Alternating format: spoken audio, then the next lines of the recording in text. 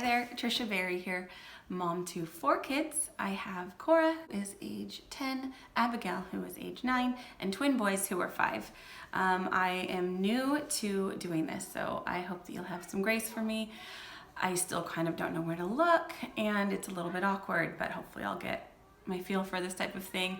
I really want to help share resources with other moms who are possibly new to homeschooling, who are just getting a feel for it. I know it can be so daunting in the beginning, so if I can help even one of you, it would just make my day. So a couple asked to see what we are using for the boys for their pre-K and what we will be using for their level K language arts and math. And we are using the good and the beautiful. And just to give you a heads up, it does have a Christian worldview in that it speaks of God and morality. It doesn't have any type of theology in it, so it's not preaching any particular denomination. But if that's not what you're looking for, there are other wonderful curriculums that are secular that you can also look into. I recommend jumping on just YouTube and looking through the plethora of homeschool mom videos. That is what I have done, and that is where I have found myself falling in love with so many curriculum, you guys. I can't stop. So anyways, this is me giving this a go, my first time doing a flip through. So I hope that it's helpful, and I hope that you enjoy.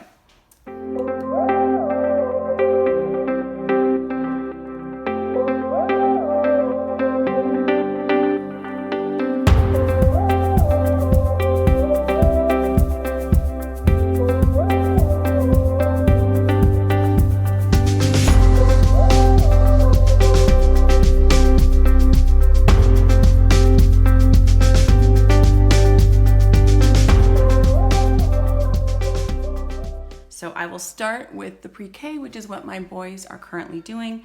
I think they recommend it between ages 3 to 5. We're taking it really slow personally. I'm in no hurry to rush the boys into reading. So pre-K course book.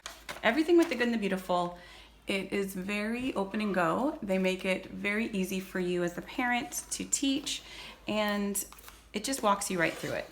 So it has the about this course here.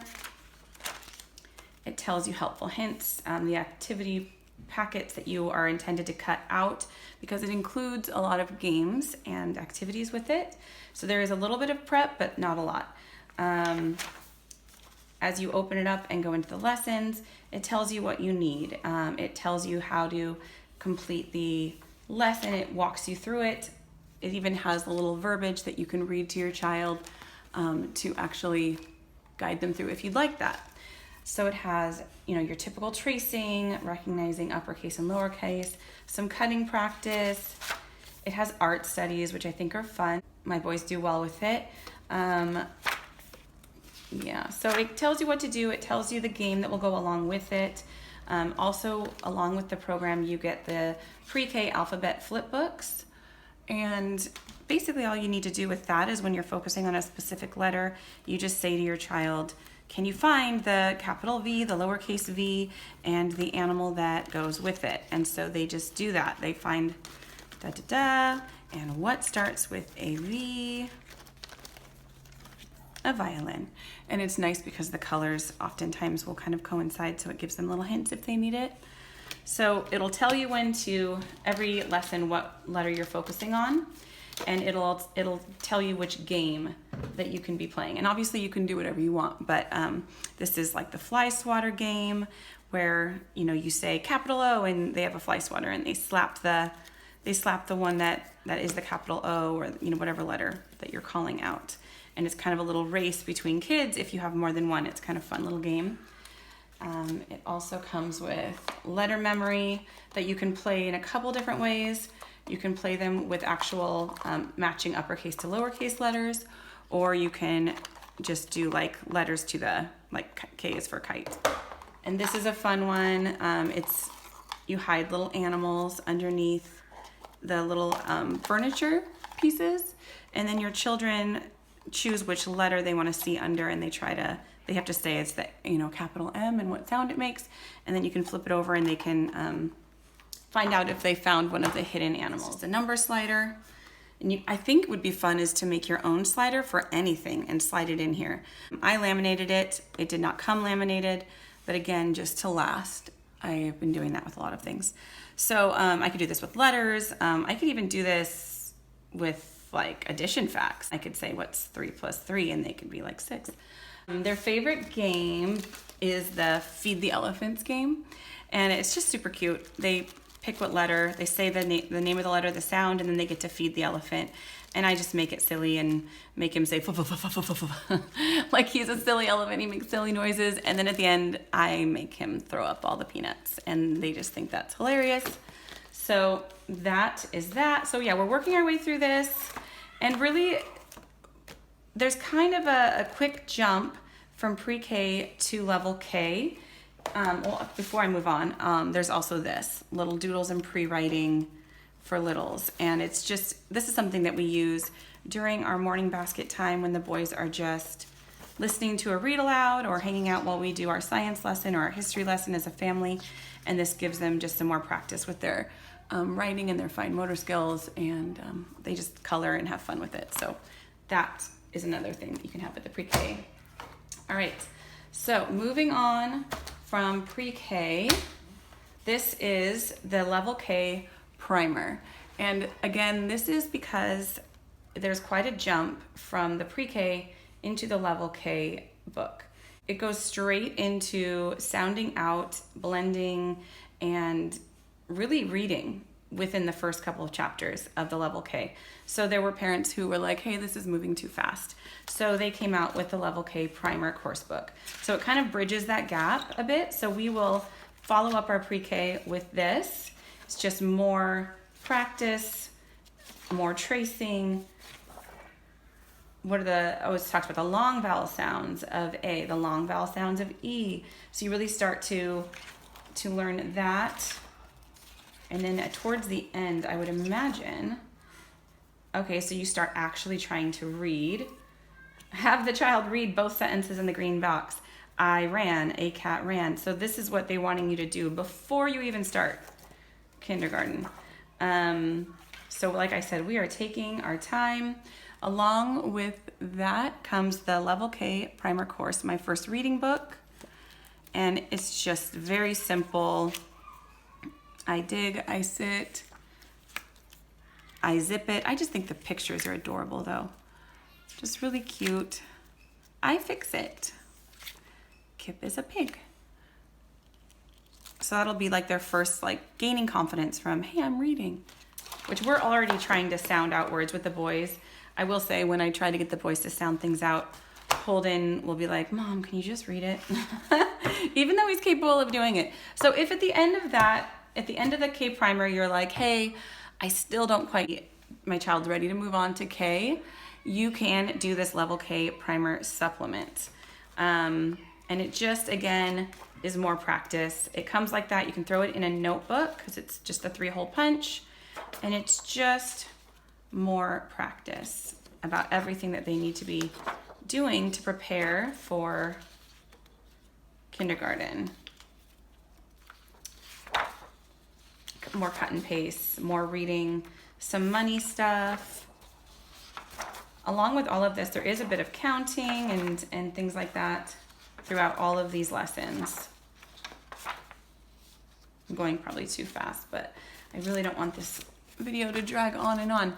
So that is the level K primer supplement that you could choose to follow the level K primer.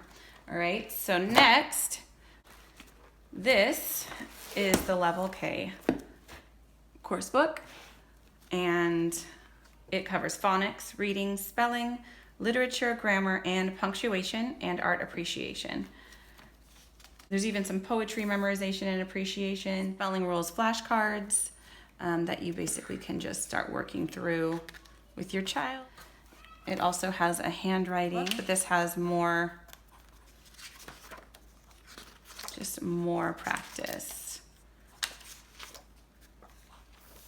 And again, some coloring, some little activities, little dot to dots, things like that. It's just a fun little thing. Again, we'll be doing that during our morning time. So it tells you working with multiple children, items needed for the course. There's a little bit of an assessment before beginning level K to make sure that your child is ready for it. It has sight word ladders that it'll direct you to come and practice your sight word ladders 3 to 6 minutes every time the course indicates to do so. And as you see, lesson 1, you are already reading some short words. And then you have your independent practice, so you're writing short words in the first lesson of level K. I think typically in public school in level K, you're learning your letters and your tracing. You're just going right into phonics and my kids are outside right now because they were doing an outdoor challenge where they were trying to stay outside as long as they could. But if you hear a little crying in the background, I'm sorry.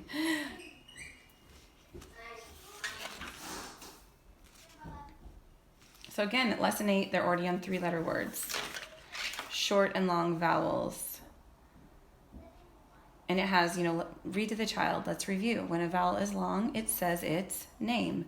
How many letters are in the alphabet? 26. And they've been talking about this since pre-K. What are the vowels? A, E, I, O, U, and sometimes Y. Every word has to have at least one vowel. A consonant is any letter that is not a vowel. So it just, obviously, it's super easy stuff, but it even cues you as the parent. It has some poetry, art studies like the others. Fun little workbooks though, like little worksheets. There's some coloring they can do, some stories. B&D recognition. Read the following short stories. So by lesson in the 40s, they are reading these passages. It also has a level K reader that goes with it. I just think it's so cute. All these things are so colorful and so pretty. And while it is not a, it doesn't have a theology to it, it is a faith-based, it has a God-based worldview, and it's definitely focused on morality and good and beautiful things. So you're not going to find, disrespectful or inappropriate things in any of their books or any of the books that they recommend from The Good and the Beautiful. They're just sweet. They're very old-timey. Even a lot of their language arts use a lot of the, McGuffey readers that kind of people used in early homeschooling days, where it's very morality based and teaching kids to kind of make right choices. So it does touch on God though, look what God made. So if you don't want any mention of God, then it may not be the curriculum for you if you want something that is secular. Anyway, so that is the level K reader. They also have their library, their first library books for this to go along with this that you can get. And I ordered mine and I have not yet received it. When I do, I can show you guys, but I've heard really good things about the books that go along with it and how they really help build confidence and they really build on themselves with the lessons. So I'm excited to receive those.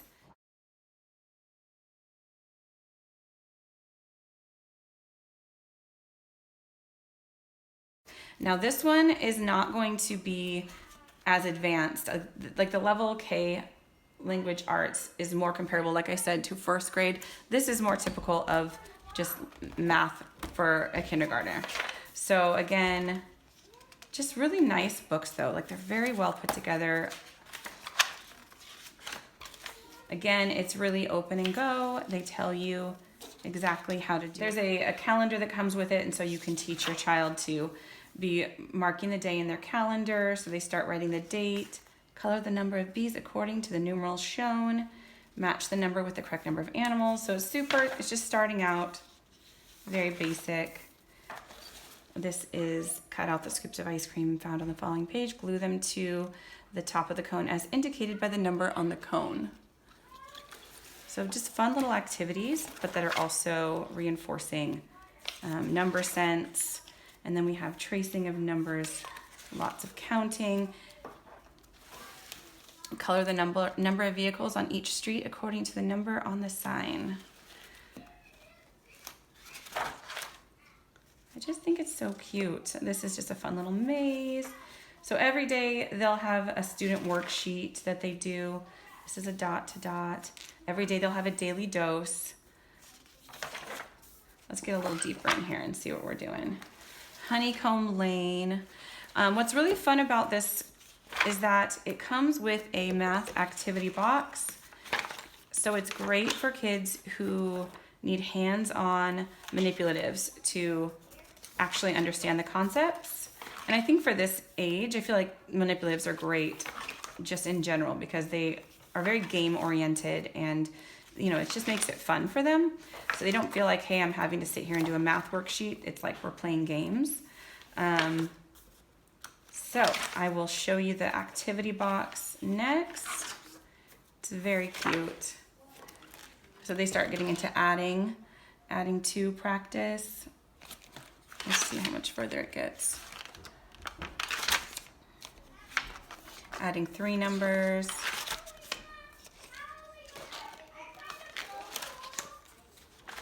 Shapes. So again, I haven't done this yet, so I haven't even looked through all the way to the end, but that is the book, and you will see inside the activity box there is a lot. There are these blocks, little toothpicks, this is the calendar I was talking about that they can keep track of. Just kind of good for them to get a concept, right? Nobody ever taught me how to use a planner, clearly, as I'm just now. This comes with, you match the pattern blocks to the home shapes, and there's just a bunch of these in here. I've not opened it yet. Place value pieces cut out, and you slide them in your daily my place value chart. And I have to stick the little pouches on. And then as they are filling these in and coloring them, the minute they have a full 10, they slide it into the 10 pouch. And then you start really learning your place values just by your daily lessons and how you track them. I think that's kind of cool. So there are some wipe clean mats, handwriting card. In the course will indicate when you are using them. Part whole work mat. I have not even opened these up. These are the shapes for the mats I was showing you earlier. Abigail in level 2 had pentagrams, and those were really fun already for the boys. So I know that they will love this. So, okay, that is everything that you get with the Good and the Beautiful's Level K math. So, but I hope that it was helpful for you. And if you're looking for something that is fun, thorough, great for the parent to teach, it is a little more hands-on. But I find that at this age, a parent's going to be heavily involved no matter what curriculum you're using, because the kids, they just need the direction. They can't read fluently yet, so it's any level, any curriculum is going to have a lot of hands-on parent involvement. So this is a fun one though, and if you have any other questions, feel free to reach out and I can answer any questions you might have. Thanks. Just kidding, I am back. I left out just a couple little things from the Math K box, and I just wanted to mention it because they are super cute little manipulatives.